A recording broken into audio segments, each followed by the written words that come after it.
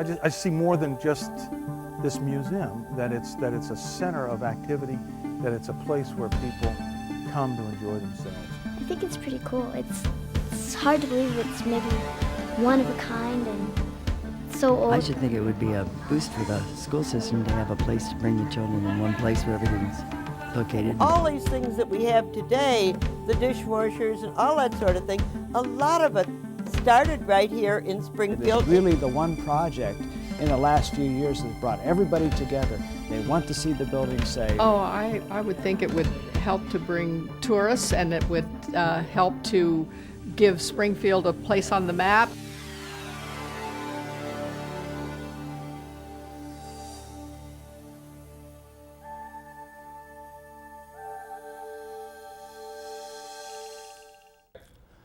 We've come a long way since we first started work on the Heritage Center. County Commission, City Commission, and private individuals have amassed the resources to put this project together. Now in the staging facility, the architects, the exhibit designers, and hundreds of volunteers are getting things ready. Let's take a look at what's been going on behind the scenes. We're done now to the market.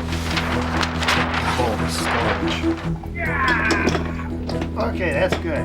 Wraparound background in the back of the case. That wall, Dave, is Yes, it was not made here. I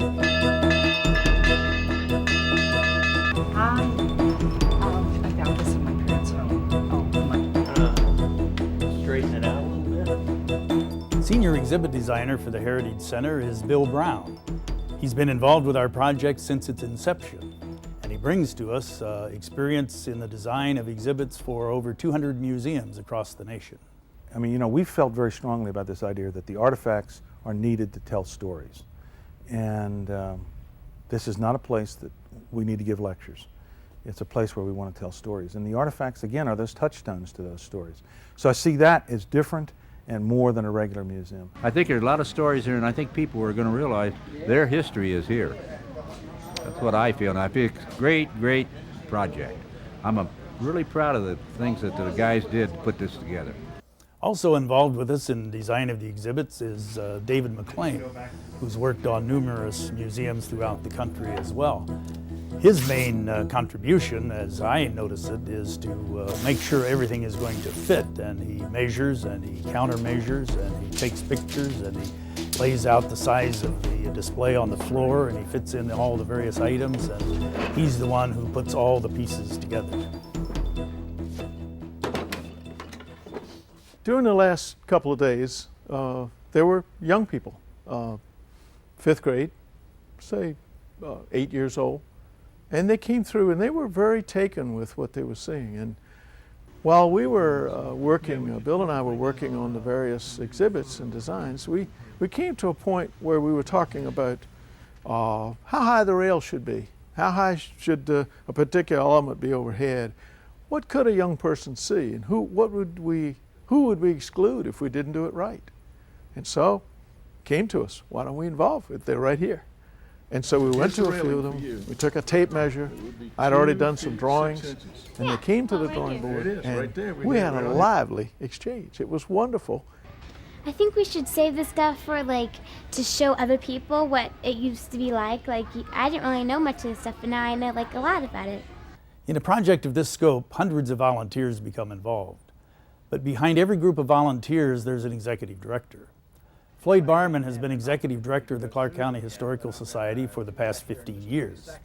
In those 15 years, he's shown a clear commitment to the history of the area and to the traditions of the people of the area. All of these, he's seeing to it, are incorporated in the Heritage Center. And it seems wonderful now that at the end of Clark County's 2nd century that we rededicate that symbol to the very people that are going to make it happen.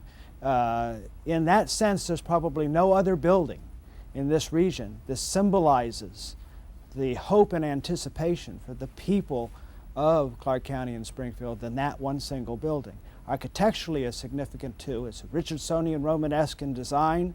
It was designed to look like a lot of facades along a block-long expanse.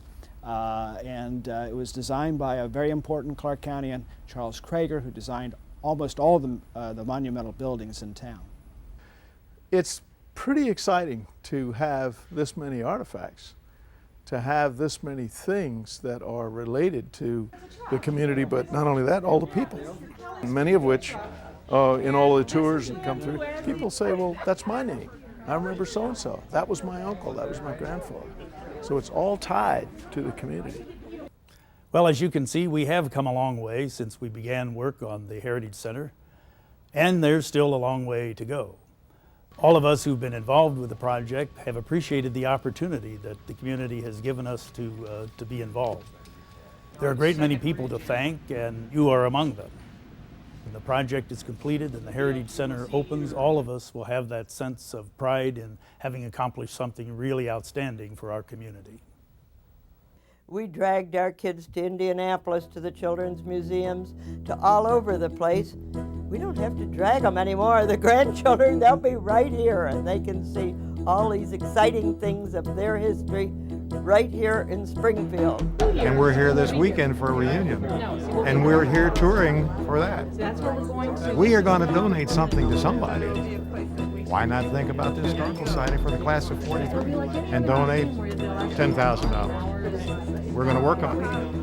I think it's an absolutely wonderful facility, and I was just saying to the director that it's amazing she isn't overwhelmed by this, because you could work 40 hours a day for many, many years. Because it brings out a thing of wow in Springfield. It's